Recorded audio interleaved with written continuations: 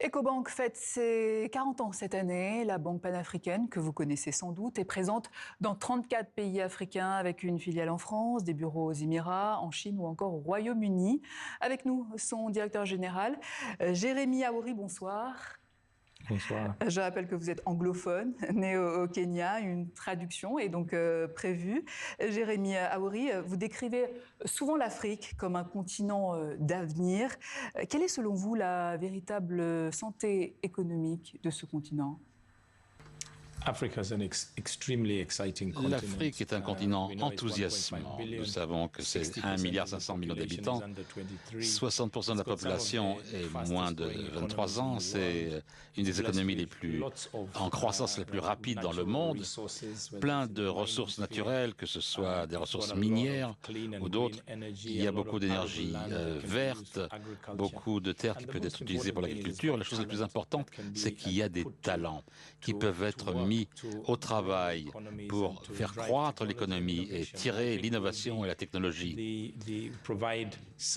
Nous fournirons des services au monde entier dans les années à venir. Alors vous avez annoncé par exemple le financement de 40 laboratoires numériques et la formation de 40 000 jeunes africains au digital et à l'intelligence artificielle.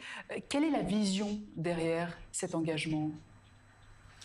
Nous croyons que la technologie et l'IA vont changer radicalement la façon dont les affaires sont menées. Et à son tour, ça va changer la vie et le bien-être des gens, qu'on l'aime ou pas. Les inégalités à travers le continent sont là et tous les enfants n'ont pas la chance de pouvoir réaliser leurs aspirations. Donc ce qu'on a mis en marche, c'est ces laboratoires de technologie pour former les talents dans tous les talents propres à l'IA pour qu'ils soient employables à l'avenir et jouer leur partie dans les pays où ils vivent. Vous parlez des jeunes. Est-ce que vous voyez d'autres secteurs d'opportunités ? Je pense par exemple à ce partenariat avec TV5 Monde sur le nouveau programme Les Nouveaux Boss qui sera diffusé début décembre sur nos antennes. Il y a beaucoup d'occasions qui se présentent, auxquelles je peux penser, sur lesquelles on peut travailler ensemble. Lorsqu'on regarde les secteurs qui croissent, l'agriculture est l'un de ces secteurs. Et avec 60% de terres arables du monde, nous avons beaucoup à faire. Aujourd'hui en Afrique, on dépense 50 milliards de dollars pour importer de la nourriture. Mais le paradoxe, c'est que nous avons la terre pour avoir cette nourriture. Donc si on améliore nos techniques, on sera capable de livrer la nourriture, pas simplement pour le pays et le continent, mais pour exporter. Ecobank a une stratégie soutenue par beaucoup de partenaires, y compris le FMO et le Fonds de garantie africain, pour pouvoir développer le secteur agricole et le faire monter d'échelle pour cela. Donc l'agriculture est un domaine, la technologie est un autre domaine. Les jeunes talents peuvent fournir des capacités technologiques, des qualités, pas simplement pour le continent, mais pour le monde entier. Et le commerce est massif, 54 pays, mais il faut mieux commercer les uns avec les autres et mieux avec le reste du monde.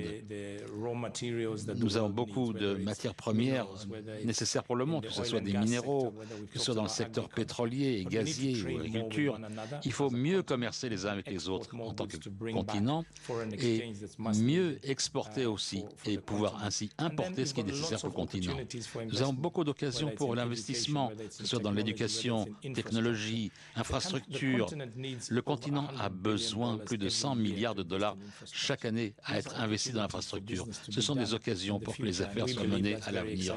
Et nous pensons que c'est très enthousiasmant. Une banque comme Ecobank peut faire de cela une réalité. Et dans les médias, comme je viens de le dire également. Alors, est-ce que l'endettement dans tout ça, l'endettement de l'Afrique, est une préoccupation pour vous ? Typiquement, lorsque l'on parle de la dette et de l'endettement, il dit souvent que la dette est trop élevée. Au lieu de dire qu'elle est trop élevée, parce que ça varie selon les pays et à travers le continent, pays par pays, je pense que le plus grand problème, c'est qu'il faut savoir structurer la dette. Dire que le pourcentage de la dette est au-delà de 40%. Vous savez, il y a d'autres pays où c'est beaucoup plus haut, 80, 90%.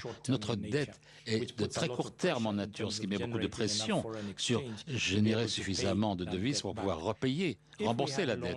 Si on avait une dette mieux structurée à plus long terme, 30, 40, 50 ans, on verrait plus d'investissements dans les secteurs de l'éducation, de la santé et dans le développement des pays. Donc moi, je suis en faveur du fait que, oui, certains pays ont un stress de dette, mais si les dates étaient bonnes, si l'échelonnement était bien, on pourrait le structurer de façon que ce soit gérable. Et juste pour avoir un point de comparaison avec l'Europe, par exemple, la différence entre le niveau d'endettement en Afrique et en Europe. Le niveau de dette en Europe est à 90, 100% du PIB. Et si vous regardez en Afrique, la moyenne, la dette extérieure pour l'Afrique, c'est 25%. Donc vous pouvez voir, il y a 4 fois plus en Europe qu'en Afrique. La différence, c'est qu'il y a 54 pays avec des devises locales. Et chacune, la dette, elle est en devises. Donc voilà, c'est là qu'il y a cette pression qu'il n'y a pas dans beaucoup de pays européens ou américains. Il nous reste quelques secondes. Je voulais vous poser une question sur les crypto-monnaies. Vous qui venez du système bancaire classique, est-ce que vous pensez que les crypto-monnaies ont un avenir sur le continent ? Je crois qu'il y a différents aspects. Même avant d'arriver au crypto, il faut parler du liquide. 80-90% de notre économie est en monnaie, en argent liquide. Et il faudrait vraiment passer à autre chose. Pour l'Afrique, les cryptos, ce n'est pas une réalité. Mais les cryptos, il faut par exemple les stablecoins. C'est aussi une possibilité, une capacité pour faire des paiements, une capacité d'amoindrir les pressions. Vous savez, l'Afrique est très ouverte, nous sommes très orientés numériques. L'écobank travaille avec beaucoup de partenaires et on prévoit qu'à l'avenir, on pourra bouger avec les produits que nous pourrons offrir à nos clients lorsqu'ils en auront Jérémy besoin. Aoury, merci. Je rappelle que vous êtes le directeur général d'EcoBank et on vient de me dire que EcoBank a 40 ans, oui, mais vous aussi, c'est votre anniversaire, alors bon anniversaire. Thank you very much. Merci beaucoup.